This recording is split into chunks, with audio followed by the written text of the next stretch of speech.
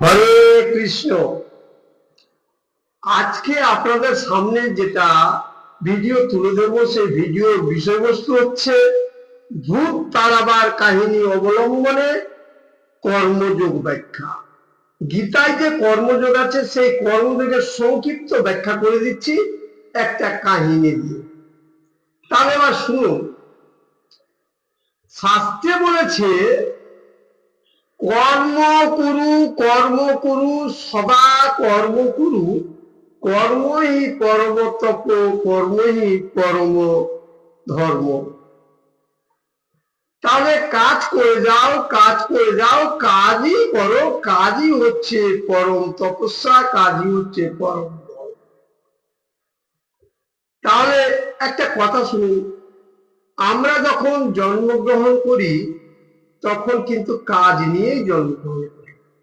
অনেকে দেখবেন বলে, শেষ বয়সে বলে, মাঝারি বয়সে বলে, অনেকেই বলে যে কর্ম করবো না তো খাবো কি।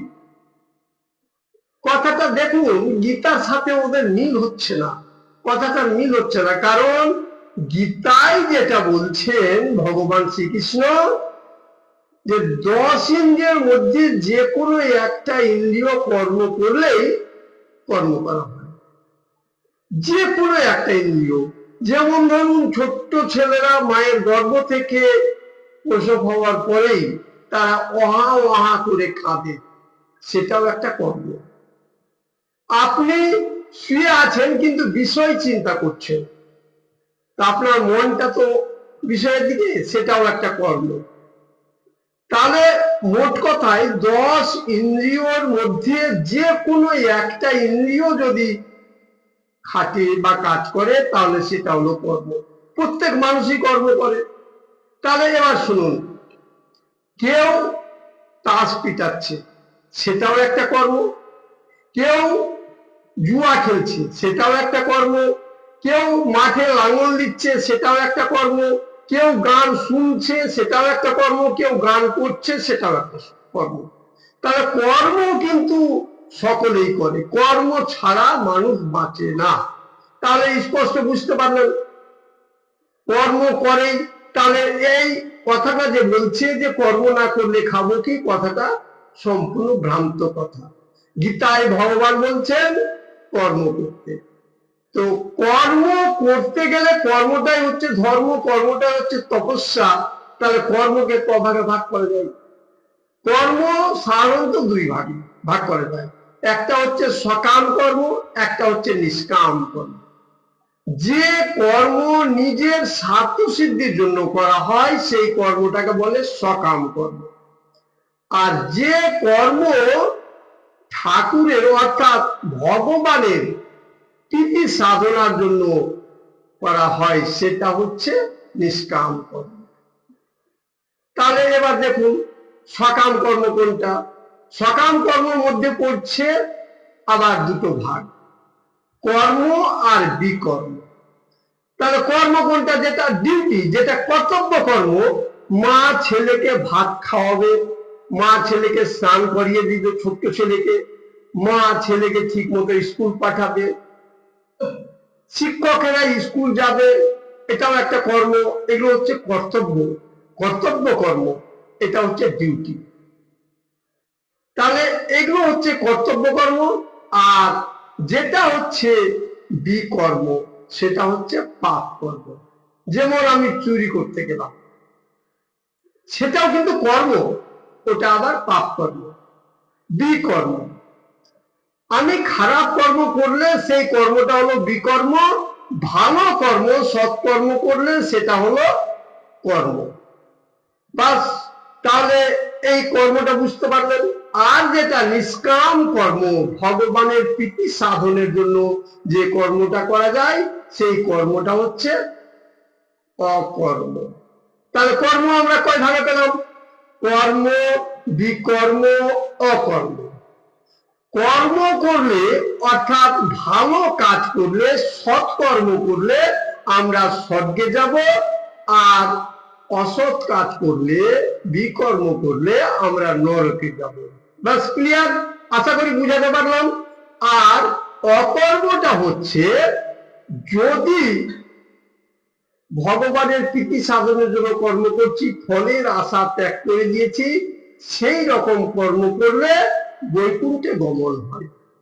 তাহলে দেখুন, কর্মের মধ্যে তিন ভাবে যাওয়া যায়, স্বর্গে, নরকে, বৈকুণ্ঠে।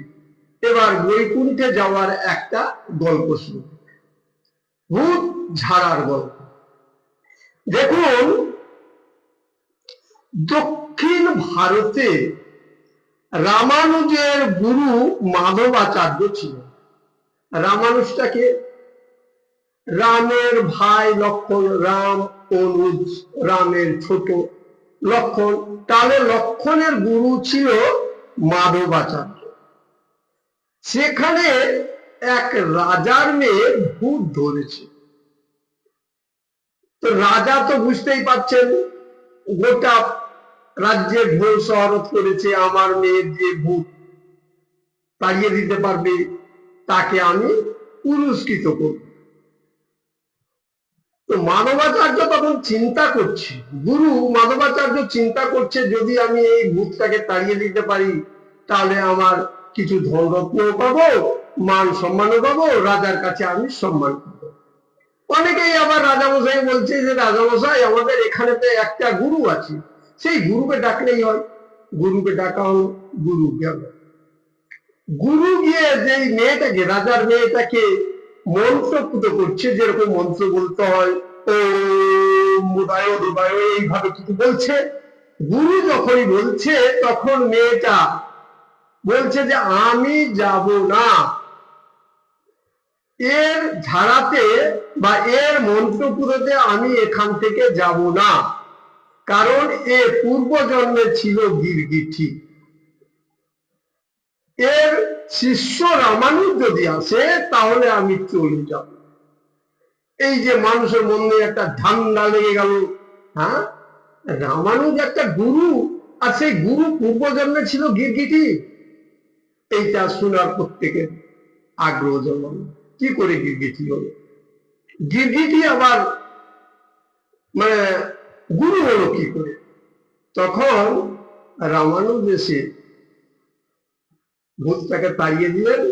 এবার পূর্বজন্মের কথাটা বলতে হবে, যে দক্ষিণ ভারতে বালাজির মন্দির আছে, নিশ্চয়ই আপনারা শুনেছেন, হয়তো কেউ দেখেছেন, কেউ দেখেননি। আমারও ভাগ্যে লোভেনি, আমি শুনছি। সেই বালাজির মন্দির দক্ষিণ ভারতের পাহাড়ের মধ্যে আছে, পাহাড়ের উপরে। এবার চারজন বৈষ্ণব বালাজির মন্দির দর্শনে এসেছিল। বালাজির মন্দির দর্শন করে লাড্ডু প্রসাদ পাওয়া যায়। বালাজি মন্দিরে লাড্ডুর প্রসাদ দিল, সেই প্রসাদ খেয়ে নিচে নামলো।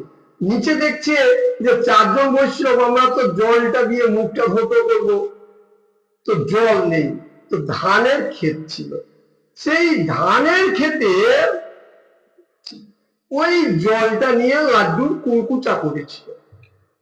সেই কুলকুচা করে দেওয়াতে যে মুখের মধ্যে লাড্ডু ছিল, অর্থাৎ বৈষ্ণবের মুখের প্রসাদ সেই জলে মিশ্রিত হয়ে সেটা, ওইখানে একটা গিরগিটি ছিল, সেই গিরগিটিটা সেই জল পান করেছিল।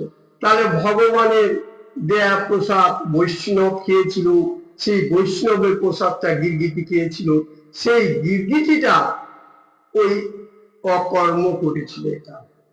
এটাকে বলে অকর্ম। গীতার ব্যাখ্যা অনুসারে এটাকে বলে অকর্ম।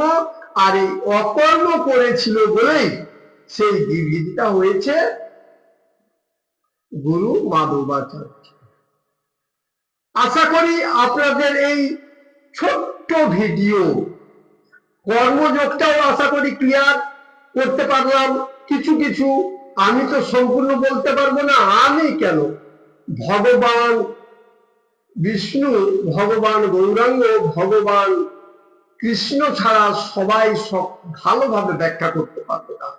আমাকে উনি যতটুকু কথা বলতে দিচ্ছেন, যতটুকু বলাচ্ছেন, ততটুকুই করছি। আমি হচ্ছি সবচাইতে অধম ব্যক্তি, আমার চেয়ে অধম কেউ নেই। তবে এই অধম ব্যক্তির মুখেও যদি আপনারা এই গল্পটা শুনে কিছুটা স্যাটিসফাই হয়ে থাকেন তাহলে আমার চ্যানেলটাকে ফলো করবেন, লাইক কমেন্ট শেয়ার করবেন। হরে কৃষ্ণ।